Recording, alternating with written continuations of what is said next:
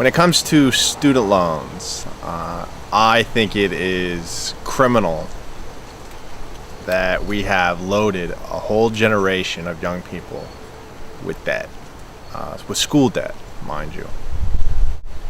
The ability to be free has a lot to do with lack of debt.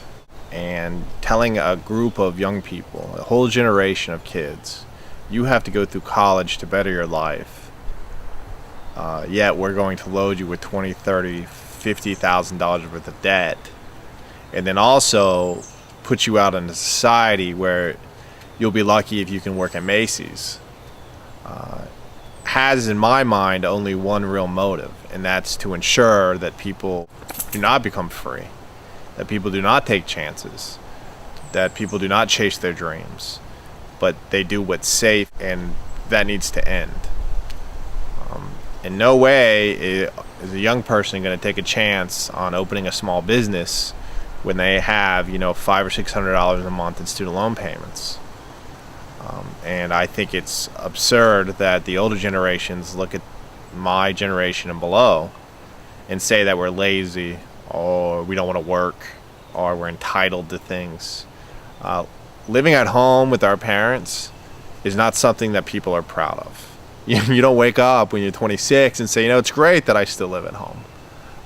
It's maddening, really. And young people are very bright, and they're very hardworking.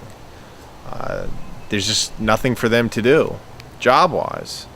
And it's not because they won't go work at jobs that are beneath them, or so to speak, beneath them. But, when you have 200 people applying for the Barnes & Noble job around the corner, it's a kind of a tight job market.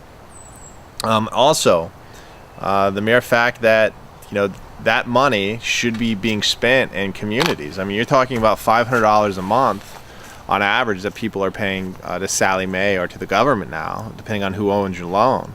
And that money should be being flooded into our communities. And if schools were not as expensive as they are, and I still haven't gotten a straight answer on why schools have been inflated 600% since the 80s.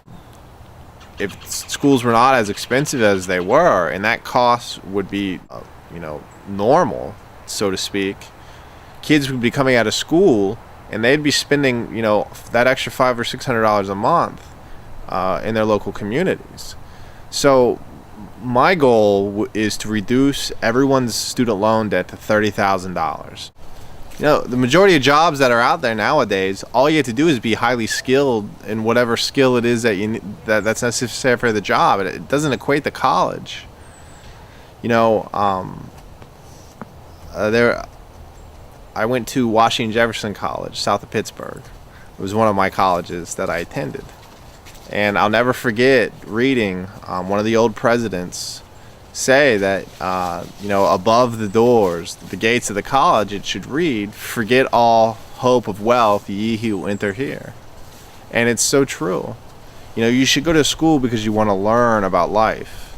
You want to, learn how to critically think. You want to study the arts. You want to study these things.